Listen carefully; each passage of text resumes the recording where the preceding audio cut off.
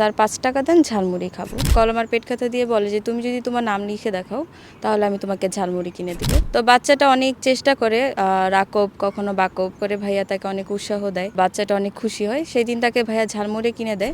চারিপাশে অনেকগুলো বাচ্চা হয়ে গেছে, হাত ধরে আর কি লেখা শিখাচ্ছে। আমরা আস্তে আস্তে তার পাশে যে বসলাম। আসসালামু আলাইকুম দর্শক, এই মুহূর্তে যারা আমার সাথে আছেন একজন তরুণ এবং একজন তরুণী, যারা বিশ্ববিদ্যালয়ে পড়ুয়া, যারা বাংলাদেশ থেকে এসেছেন মানবতার জন্য কাজ করার জন্য যুক্তরাজ্যে, বিশেষ করে বাংলাদেশে পথ শিশুদের নিয়ে ছায়াতল বাংলাদেশ নামে একটি সংগঠন কাজ করে যাচ্ছে তাদের জীবনমান উন্নয়নের জন্য। সেই ছায়াতল বাংলাদেশের সাথে জড়িত রয়েছেন আকাশ ভুইয়া এবং তানজিনা। তারা শিশুদের শিক্ষাদানের পাশাপাশি শিশুদেরকে মানবিক মানুষ হিসেবে গড়ে তোলার চেষ্টা করছেন। তারা যুক্তরাজ্যে সফর করছেন যুক্তরাজ্য প্রবাসীদের মাঝে তাদের ছায়াতলের কার্যক্রম তুলে ধরার জন্য। আমরা জানার চেষ্টা করব সেই ছায়াতল নিয়ে, তাদের ভাবনা এবং ছায়াতলের নানা কার্যক্রম। ছায়াতল বাংলাদেশ সম্পর্কে বলতে গেলে ছায়াতলের শুরুটা বলতে হয়। ছায়াতলের শুরুটা আমাদের প্রতিষ্ঠাতা চেয়ারম্যান জনাব সোহেল রানা ভাইয়ার হাত ধরে হয়েছিল। ঢাকার শ্যামলী পার্ক মাঠে 2016 সালের মার্চ মাসে ভাইয়া আনমনে পার্কে বসেছিলেন। সেখানে রাকিব নামের একটি পথশিশু ভাইয়ার কাছে আসে এবং বলে যে স্যার ৫ টাকা দেন, ঝালমুড়ি খাবো। তো ভাইয়ার কাছে সবসময় কলম এবং পেট খাতা থাকতো যে লেখার জন্য। তো ভাইয়া তাকে কলম আর পেট খাতা দিয়ে বলে যে তুমি যদি তোমার নাম লিখে দেখাও তাহলে আমি তোমাকে ঝালমুড়ি কিনে দিব। তো বাচ্চাটা অনেক চেষ্টা করে, রাকব কখনো বাকব এভাবে সে চেষ্টা করে, ভাইয়া তাকে অনেক উৎসাহ দেয়। বাচ্চাটা অনেক খুশি হয়, সেই দিন তাকে ভাইয়া ঝালমুড়ি কিনে দেয়। এবং যাওয়ার সময় বাচ্চাটা জিজ্ঞাসা করে যে স্যার আমি কি কালকে আসবো নাম লেখা শেখার জন্য? পরে ভাইয়া বলে যে ঠিক আছে আসো। পরের দিন তার আরও কয়েকজন বন্ধুবান্ধবকে সাথে নিয়ে আসে। সেখানে তারা নাম লেখা শিখে এবং ঝালমুড়ি খায়। আসলে এইভাবেই ছায়াতলের শুরুটা। বর্তমানে ছায়াতল বাংলাদেশ সমাজের সুবিধাবঞ্চিত পথশিশুদের জীবনমান উন্নয়নে কাজ করছে। এখানে ভ্যারাইটিস বাচ্চা আছে, অনেকের বাবা নেই, মা আছে, বাবা রিক্সা চালায়, মা মানুষের বাড়িতে কাজ করে। অনেকের বাবা মা দুজনেই আছে কিন্তু সামর্থ্য নেই বা তারা অসচেতন পড়াশোনা নিয়ে। এ সকল বাচ্চারা আমাদের এখানে থাকে, ওরা সকাল থেকে সন্ধ্যা পর্যন্ত আমাদের কাছে থাকে। পাশাপাশি তাদের কিছু টেকনিক্যাল ট্রেনিং দেওয়া হচ্ছে, যেমন সেলাই প্রশিক্ষণ, কম্পিউটার রিপেয়ারিং, মোবাইল সার্ভিসিং, হ্যান্ডিক্রাফটের প্রশিক্ষণ নিচ্ছে। আমরা চাই এই সকল শিশুরা দেশে জনসংখ্যা থেকে জনসম্পদে পরিণত হোক। ভলান্টিয়ার অর্গানাইজেশন এখানে বিভিন্ন স্টুডেন্টরা কাজ করছে, যেখানে তারা আড্ডা দিয়ে ঘুরে ফিরে সময়টা নষ্ট করতো, তারা সেই সময়টা এই বাচ্চাদের মাঝে কাটায়। আমাদের ক্যাম্পাসগুলো হচ্ছে ঢাকার শ্যামলী রিং রোডে, ক্যাম্পাস 2 হচ্ছে গাবতলী বিজিবি মার্কেট, ক্যাম্পাস 3 হচ্ছে রায়ের বাজার বুদ্ধিজীবী এবং ক্যাম্পাস 4 হচ্ছে মোহাম্মদপুর চাঁদ উদ্যান। আমরা চাই আমাদের ছায়াতল বাংলাদেশ আরও অনেক দূর যাক। আমরা শুধু ঢাকায় না, ঢাকার বাইরে দেশ বিদেশে সব জায়গায় কাজ করতে চাই। সিলেট সুনামগঞ্জে যে বন্যা হয়েছিল সেখানে আমরা ত্রাণ দিতে গিয়েছিলাম এবং রিসেন্ট ঢাকার কৃষি মার্কেটে আগুন লেগেছিল, সেখানেও আমরা ছায়াতল বাংলাদেশ ভলেন্টিয়াররা মানুষের পাশে দাঁড়িয়েছি। আমরা আমাদের মতন সামর্থ্য মতন আমরা মানুষের পাশে দাঁড়ানোর চেষ্টা করি। আমরা সবাইকে দাওয়াত করছি দেশে গেলে আমাদের ছায়াতল বাংলাদেশে তো 10 মিনিটের জন্য বাচ্চাদের কাছে যায়, বাচ্চাদের দেখে আসে। হয়তোবা অনেক ভুল ত্রুটি আছে, সকলের কাছে আমরা আমাদের পরামর্শ সহযোগিতা কাম্য। তাদের পরামর্শ বা সহযোগিতায় আমরা আরও সুন্দর মতন কাজ করতে পারবো। আসলে তাদের ছায়াটা আমাদের খুবই প্রয়োজন। যুক্তরাজ্যের প্রবাসী দুইজন জনাব শামীম আহমেদ এবং জনাব মোহাম্মদ মঞ্জুরুজ্জামান চৌধুরী ভাইয়া, এদের দুজনের সাথে আমার ফেসবুকে যোগাযোগ হয়। ফেসবুকে তাদেরকে আমাদের ছায়াতলের কার্যক্রম সম্পর্কে আমি বলি এবং তাদেরকে ছায়াতলে দাওয়াত দিই যাতে তারা ছায়াতলের কার্যক্রম এসে দেখে। এবং তারা দুইজনেই ছায়াতল বাংলাদেশে আসে এবং ভিজিট করে, আমাদের কার্যক্রম দেখে তারা খুশি হয় এবং এরপর থেকেই তারা আমাদের সাথে জড়িত আছে। আমাদের বাচ্চাদেরকে প্রতি ইভেন্টে তারা হেল্প করছে। তারা চেষ্টা করছে আরও কীভাবে মানুষের সাথে কানেক্টেড করা যায়। কিছু মানুষের সাথে তারা আমাদেরকে পরিচয় করিয়ে দিচ্ছে। যুক্তরাজ্যে প্রোগ্রাম আগামী 25 তারিখ মঙ্গলবার, সেখানে ছায়াতল বাংলাদেশের কার্যক্রম নিয়ে একটা আলোচনা সভা। সেখানে যুক্তরাজ্যের যারা প্রবাসী আছে তাদেরকে আমন্ত্রণ। সন্ধ্যা 7টায় আমাদের east London area, Whitechapel new road, তাড়াতাড়ি রেস্টুরেন্ট, সন্ধ্যা 7টায় হচ্ছে আমাদের প্রোগ্রাম। সকলে সেখানে আমন্ত্রিত। সেখানে আমাদের ছায়াতলের কার্যক্রম নিয়ে ডকুমেন্টারি ভিডিও। আকাশ ভুইয়া, আপনি তো দীর্ঘদিন থেকে ছায়াতলের সাথে জড়িত, আপনি যদি বলতেন আপনি কিভাবে এর সাথে সম্পৃক্ত হলেন আর কিভাবে মানুষ আপনাদের কার্যক্রম দেখতে পারবে?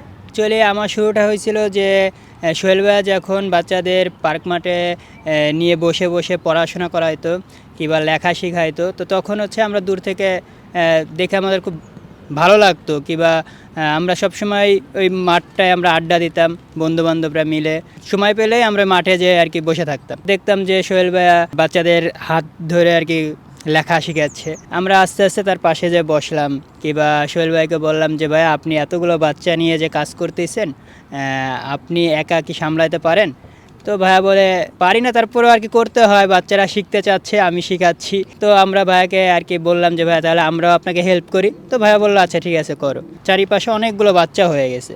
আমাদের ভাইয়াকে বললাম যে ভাইয়া আমরা একটা সংগঠন খুলি, যেহেতু আমরা এতগুলো বাচ্চা নিয়ে কাজ করতেছি, আমরা একটা সংগঠন খুললে মনে হয় ভালো হবে বাচ্চাদের জন্য, আমরা অনেক বাচ্চা নিয়ে কাজ করতে পারবো। তো তখন হচ্ছে আমরা সবাই মিলে একটা ডিসিশন নিলাম, নাম খুঁজতেছি। পরে হচ্ছে আমরা ছায়াতল বাংলাদেশ নামকরণ করে আমরা সমাজসেবায় রেজিস্ট্রি করে আমাদের সমাজসেবা রেজিস্ট্রি পাই 2018 সালে।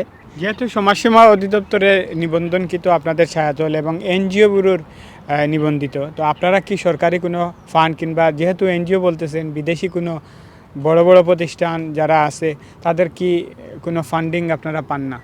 আচ্ছা, আমরা হচ্ছে দুইটা প্রজেক্ট পরিচালনা করতেছি। সেটা হচ্ছে আপনার দুইটা প্রজেক্টই ইউএসের। একটা হচ্ছে বাঁচাও নামে একটা প্রজেক্ট আছে, ওরা হচ্ছে আমাদের একটা ক্যাম্পাসে বাচ্চাদের দেখভাল করে। আরেকটা হচ্ছে আপনার এইচবিবি লিটারি সেন্টার, এইটাও হচ্ছে আপনার আমেরিকাতেই। ওরা হচ্ছে আমাদের ক্যাম্পাস 4 যেটা, ওইটা হচ্ছে টোটাল যে ক্যাম্পাস 4-এর খরচটা ওরা বহন করে।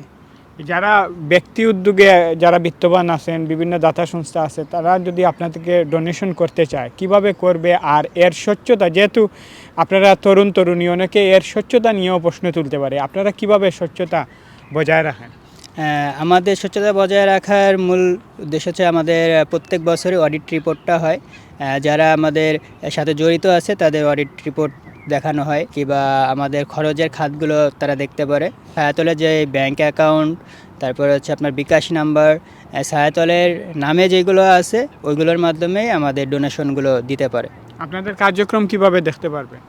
আমাদের কার্যক্রমগুলো আমাদের ওয়েবসাইট আছে এবং পেজ আছে, এখানে ওরা দেখতে পারবে। ছায়াতল বাংলাদেশ নামে যেই পেজটা আছে, পেজে আমাদের ডিটেলস কার্যক্রম দেওয়া আছে। আর ওয়েবসাইট হচ্ছে www.sayatalbd.org।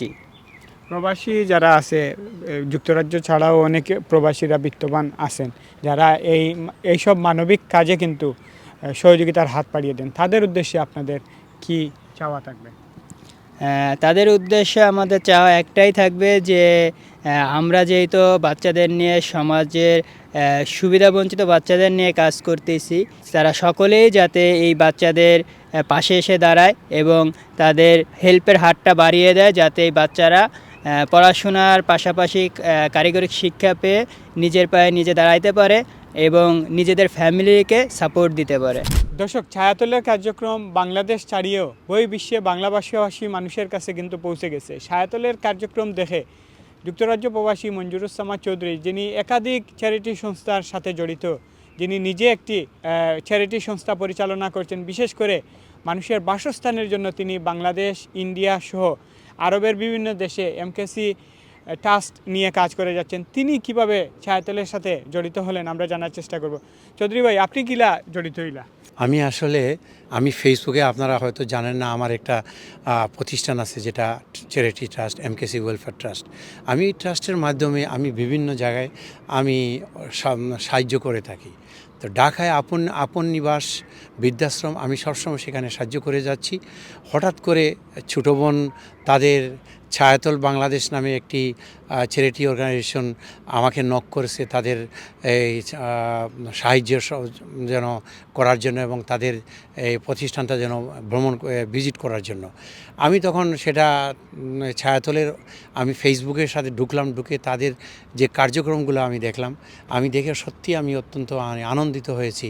আমি বলছি আমার মতো একজন সাধারণ মানুষ যদি এই সকল এই পথচারী শিশু বলতে দেখেন একটা জিনিস আপনারা সবাই চিন্তা করেন যে ইমাজিন করেন আমরা বাংলাদেশে রিক্সা চালককে ড্রাইভার বলে রিক্সাতে উঠতেছি, মাথার ঘাম ফেলে সে রিক্সা চালাচ্ছে, আর সারাদিন যে টাকাটা রোজগার করে সেইটা নিয়ে তাদের বাচ্চাদেরকে নিয়ে শুধু খাওয়াচ্ছে। কিন্তু এই বাচ্চাদেরকে না লেখাপড়া করাচ্ছে, না বাচ্চারা সামান্য কিছু লেখাপড়া শিখতেছে, তাদের নামটা লেখা পর্যন্ত শিখতে পারছে না, কেননা টাকার অভাবে, অর্থের অভাবে।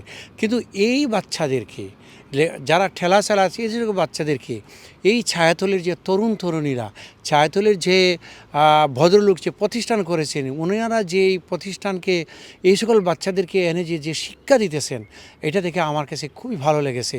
আমি তখনই ভাবলাম যে না, তাদেরকে আমি সাহায্য করতে হবে। আমি যতদিন জীবিত আছি আমি সবসময় তাদের পাশে থাকবো।